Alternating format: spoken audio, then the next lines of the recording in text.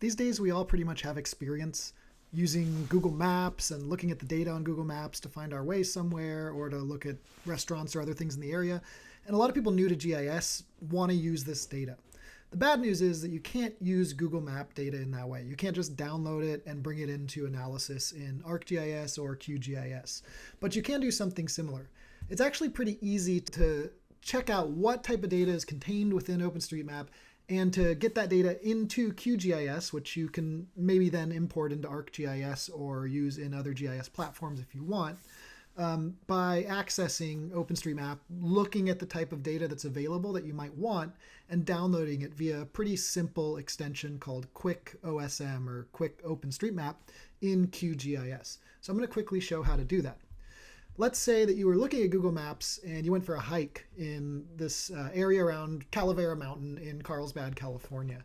And you can see on the satellite image here that there are a whole bunch of trails around this area. Some of them are marked on Google Earth in the Google database and some of them aren't.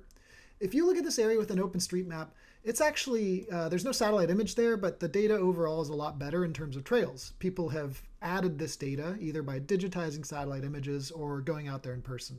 And so we can see the same area without the satellite image and all the trails around it right here. Now, if we want to download that data, we have to know specifically what type of data we want to download. And OpenStreetMap has this cool query features function right here to the right. So you always want to go to query features on the right and figure out what those features are. So let's pick one of these trails. It says the James Trail right here. If I click on it, it says near where I clicked is this path called the James Trail. And if you click it, you can learn a little more about it. So it turns out there's kind of a two-name way to refer to features in the OpenStreetMap world. And in this case, we have a key that's highway and a value that's path. So we have different keys and values that refer to these specific features. So we know we want to download the highway path type features from this area to get all of these what are shown as red dotted lines within this area.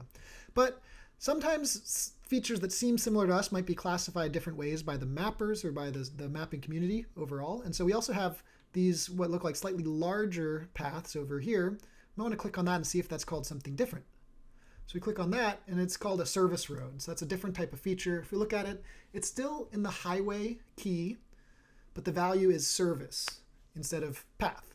So we have two different things. And if you look around, there might even be other ones. So here's a brown dotted line down here. Let's query that.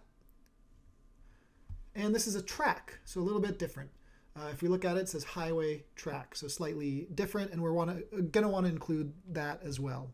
If we zoom out, that looks like it might be the gist. This might be one more type over here. We have track. This is also classified as a path, just shown differently, symbolized differently. I guess that's because it's a private access type of path. So that'll still download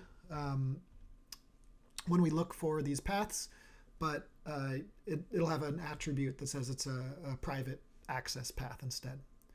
Okay, so that's pretty straightforward. We have a couple different types of features. And it can be really useful to go to the wiki for OpenStreetMap over here. If you just Google search for this or go to wiki.openstreetmap.org/wiki/map-features, this is kind of the master list of all the different types of features that exist in the OpenStreetMap world that you might want to download. And we're split into these different keys and values to download specific types of features for a given area. So, I mean, this first list, because it's just alphabetical, is aerial way. So in Carlsbad, there probably aren't too many aerial ways, but these are actually different types of cable cars, gondolas, chairlifts, things like that. Let's look at highway, just because that is one that we use a lot. And basically all types of paths and roads are highways in OpenStreetMap. So ranging from just like a small walking path up to a major freeway. So we have all these different highways, including tracks, pedestrian, service roads, primary, secondary, tertiary. This kind of makes up the bulk of the road network. And also motorways, trunk, these like bigger roads. So all of these you can differentiate in our search once we get into QGIS and start using the extension to download these things. But there's all sorts of interesting features that you might want to check out and might want to add to your analysis. They're all available through OpenStreetMap. So this data can be downloaded in QGIS via an extension called QuickOSM, or Quick OpenStreetMap, quick way to get that data. To get this, you have to get the plugin via plugins, manage and install plugins up here. And I had already searched for it, so it shows up right here. I just deleted it so I can install it again. But where you'd go is to all right here and type in QuickOSM. Click on that and press install plugin. And it installs pretty rapidly.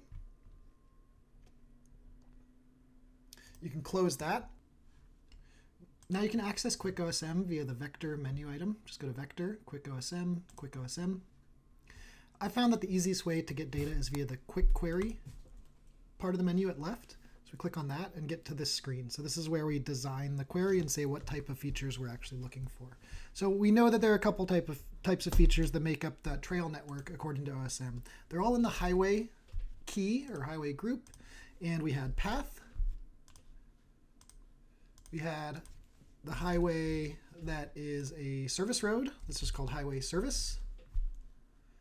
And there was highway track. So slightly different than a path. Really important here, we aren't looking for features that fulfill all three of these criteria. And that's an option for some queries you might have. But we want We want all of these. So we want a path or a service highway or a track highway. And we want to search around a certain thing that we saw in OSM. So let's go back and look for that thing. If we go back here to OpenStreetMap, we can query. Let's look at Calavera Mountain. It's kind of in the middle. So if I turn on query again, look at Calavera Mountain, click on that. Nearby features, we have a peak called Calavera Mountain. So there's something with the name of Calavera Mountain. That should work for the around within our query. So let's go back to QGIS, bring up the map window and the tool. We're going to look for around Calavera Mountain. And let's do it for 2,500 meters. It's not a very big nature reserve, but that's big enough to go for a hike. 2.5 kilometers, about a mile and a half, something like that. And underneath we get a summary of that entire query. So we're looking for all OSM objects with the keys of highway, path, highway service, and highway track within 2,500 meters of Calavera Mountain. Then this is sort of optional at this stage, but I like to go into advanced and change a couple options just so that the output is a little bit simpler.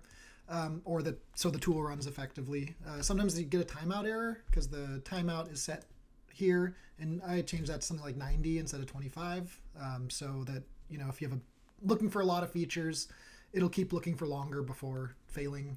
And I also like to turn off the data types that I don't really expect or want, because sometimes we have a service road that's actually a point for some reason. And in this case, we just want the line features. So I leave it just on line and way here. If you want point features, of course, you'd put points and nodes or multi-polygons or metadata, whatever you want, you can kind of specify here so you don't get unexpected data types. So for right now, that's good. And I'm going to run the query. Okay, so if I close QuickOSM, we'll find all those data types that fit that criteria. What we probably want to do is get the polygons for the outlines of the nature reserves. In this case, there's actually 2 here, so we need 2 different polygons, and clip the results, because we were just looking for, in this case, a search radius around the mountain rather than within the polygon. I found looking within polygons also results in some errors in OpenStreetMap, so I usually do it this way and then bring in my own bounding data and clip that way. So this is another extension that you might want to look at. We have, if you look at Quick Map Services, so that's also installed via the Manage and Install Plugins menu. But once you have it, it'll show up in Web, Quick Map Services. You can turn on the standard OpenStreetMap base map underneath, and we can see that we got all those trails that we were expecting within this area. So all these blue lines are kind of lying over those different data types that we searched before. So we can make these a little bigger by going to right-clicking on the result, going to properties, then symbology, and effect neon's always fun. Let's just apply that one and see what this looks like when we apply it. All right, so this is all the data we got. It's loading. It's going to take a second. There we go. So now we can really see it clearly. That's the data we have. Again, you might want to edit at this point and delete some of these little, looks like service roads, alleys in this area that were included, or different roads that are kind of outside the scope of where we're looking at right here. But for now, the data is here. We can turn off that base map again, see that this lives in QGIS. It's important to note that this is a temporary file indicated here at right for this layer, temporary scratch layer only. So to make it permanent, you'd right click on this layer, click Make Permanent, and this gives you the Save Scratch Layer dialog. I'd save this as either a shapefile, a geopackage, or maybe a file geodatabase, probably a shapefile for this. Give it a name, and then carry on with editing it and saving it, just the final features that I wanted that only include this nature preserve and all the trails within it.